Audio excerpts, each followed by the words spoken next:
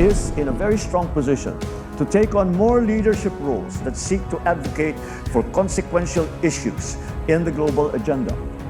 One such important issue is peace and security.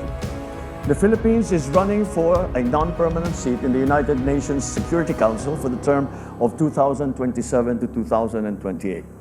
Our candidature stands on our rich experience in building peace, forging consensus, and finding new paths for cooperation. Pangulong Bongbong Marcos, magiging lider sa buong mundo? Paano ito magiging posible? At bakit si Pangulong Bongbong Marcos lamang ang tanging presidente ng Pilipinas na makakagawa nito? Ating pag-usapan si Pangulong Bongbong Marcos, ang isang makapangyarihang lider mula sa maliit na bansa na uupo kasama ang superpowers na USA, China at Russia sa pandaigdigang lideratura. At ano ang mangyayari sa ating bansa pag ito ay nangyari? Halika, atin itong pag-usapan, mga kaibigan.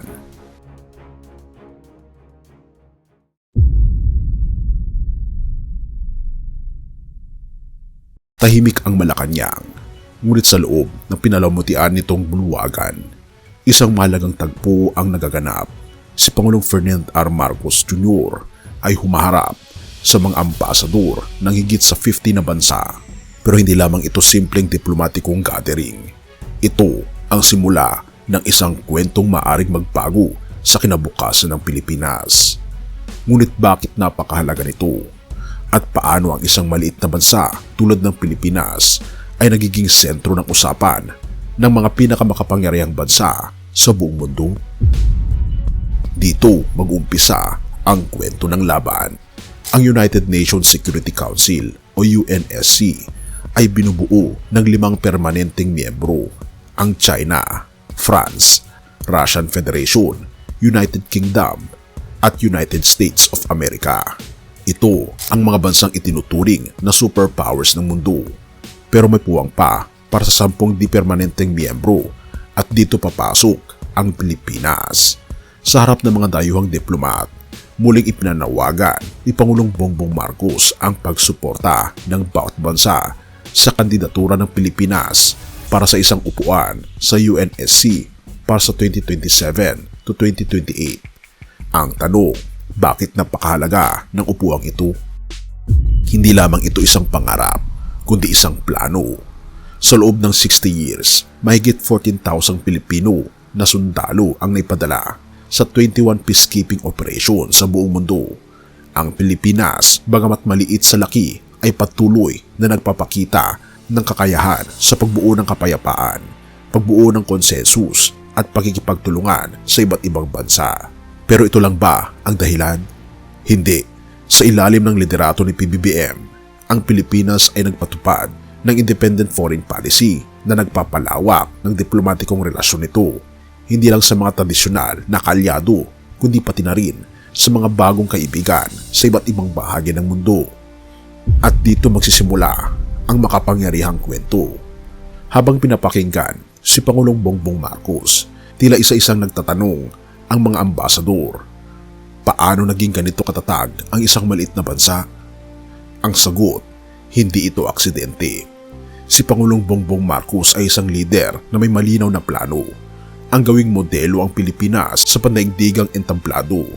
Sinabi niya sa kanyang mga salita, "We are in a very strong position to take on more leadership roles that will allow us to advocate for consequential issues such as peace and security on the global stage." Oo mga kaibigan, you heard it right. Global stage. Pakinggan pa natin ang ating Pangulo sa kanyang mga salita. Security Council for the term of 2027 to 2028. Our candidature stands on our rich experience in building peace, forging consensus, and finding new paths for cooperation. Ang mga salitang ito ay hindi lamang retorika. Ang Pilipinas ay hindi na simpleng tagasunod. Ito ay magiging isang lider na makikipag-usap sa mga pinakamakapangyarihang bansa sa buong mundo bilang kapantay nito. At paano ito nangyari? hindi nagkulang si Pangulong Bongbong Marcos sa pagpapakita ng liderato mula sa tagumpay ng kapayapaan sa Bangsamoro hanggang sa pandaigdigang kampanya para sa reforma ng Security Council. Ang Pilipinas ay nagiging ehemplo ng progreso at ang resulta, sinusuportahan na ng mga bansa tulad ng Vietnam ang ating kandidatura na noon ay hindi. Ngunit ano ang hinaharap kung maihahalal ang Pilipinas sa UNSC? Ito ay uupo sa parehong mesa ng 5 superpowers ng mundo. Ang isang maliit na bansa mula sa Timog Silangang Asya ay magiging bahagi ng mga pinakamahalagang desisyon tungkol sa kapayapaan at seguridad sa buong mundo. Pero bakit ito mahalaga? Dahil ito ay magpapakita na ang tagumpay ay hindi nasusukat sa laki ng bansa kundi sa laki ng pangarap at kakayahan ng lider nito. Ang konklusyon, ngayon, malinaw na ang Pilipinas ay hindi na lamang isang maliit na bansa. Sa ilalim ng liderato ni Pangulong Bongbong Marcos, ang ating bansa ay nagiging makapangyarihang boses sa pandaigdigang entablado.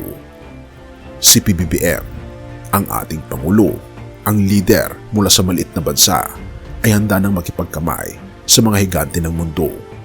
At ikaw, Pilipino, ay bahagi ng kwentong ito. Ang tanong, handa ka na bang makita ang Pilipinas sa mas mataas na antas ng tagumpay? Ang sagot ay nasa ating mga kamay at sa lider na kayang magdala sa atin sa tagumpay na ito. At siyempre, ang lahat ng ito ay magiging posible sa tulong at grasya ng ating Panginoong Diyos. Purihin ang ating Panginoong Diyos. Isaiah 60 verse 22, ang maliit na bansa ay magiging isang makapangyarihan. Ang mahina ay magiging isang matatag na bansa. Akong si Yahweh ang may gawa nito at gagawin ko ito sa takdang panahon. Ang salita ng ating Panginoong Diyos ay nagpapaalala na kahit ang pinakamaliit o tila mahina ay maaaring maging makapangyarihan sa tamang panahon ayon sa plano ng ating Panginoong Diyos. Ang pag-angat ng Pilipinas sa pandaigdigang entablado sa pamumuno ni Pangulong Ferdinand R. Marcos Jr. ay patunay ng katuparan ng kanyang mga pangako. Sa kabila ng pagiging maliit na bansa, patuloy tayong binibigyan ng pagkakataong ipakita ang ating kakayahan at malasakit sa kapayapaan, pagkakaisa at pag-unlad. Ito ay isang paanyaya sa bawat Pilipino na magkaisa, maniwala at magpatuloy sa paggawa ng mabuti, sapagkat ginagamit tayo ng ating Panginoong Diyos upang maging instrumento ng pagbabago at tagumpay sa buong mundo. Purihin ang ating Panginoong Diyos at tayo manalangin. Ama naming Diyos na makapangyarihan sa lahat, na siyang umiibig sa buong sanlibutan, na siya nag-aalaga sa lahat ng mga Pilipino. Kami po ay lumalapit sa inyo ng may pasasalamat at papuri para sa mga biyayang iyong ipinagkakaloob sa aming bansa. Salamat sa iyong gabay at pagmamahal na siyang nagbibigay daan upang ang Pilipinas ay patuloy na umangat sa pandaigdigang entablado. O aming Panginoong Diyos, hinihiling po namin ang iyong patuloy na paggabay sa aming mga lider, lalong higit sa aming Pangulong si Ferdinand R. Marcos Jr. Bigyan niyo po siya ng karunungan, lakas at integridad upang maitaguyod ang interes ng aming bansa. Naway palagi siyang maglingkod ng may takot sa iyo at pagmamahal sa bayan. O aming Panginoong Diyos, basbasan niyo rin po ang aming mga kababayan na nanonood at nakikinig ng mensaheng ito. Patatagin niyo po ang kanilang pananampalataya at pag-asa po mula sa inyo. Bigyan niyo po sila ng puso na nagmamahal sa bayan at nagtataguyod ng kapayapaan at pagkakaisa. O aming Ama na makapangyarihan sa lahat, alam naming walang imposible sa iyo. Ang maliit ay iyong ginagawang dakila at ang mahina ay iyong pinalalakas. Naway patuloy mong gamitin ang aming bansa bilang liwanag at asin sa buong mundo.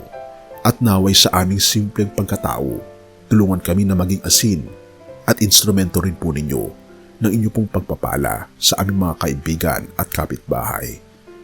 Pinupuri po namin kayo at pinapasalamatan sapagkat kayo po ang aming Panginoong Diyos na siyang magtatatag ng isang gobyerno na hindi na matutumba magpakailanman. At ito ang aming tinitignang dakilang pag-asa na kami manahan kasama po ninyo, kasama ng aming mga kaibigan at pamilya sa langit na bayan. Tulungan kami magkaroon ng mas malalim na relasyon sa aming Panginoon Jesucristo na siyang aming tagapagligtas mula ngayon at magpakailanman. At patnubayan po kami at salamat sa pagdinig ng aming mga panalangin at patawarin po kami sa lahat ng aming pagkukulang at pagkakasala sapagkat ito may samot hiling sa matamis na pangalan ng aming Panginoon Jesus. Amen.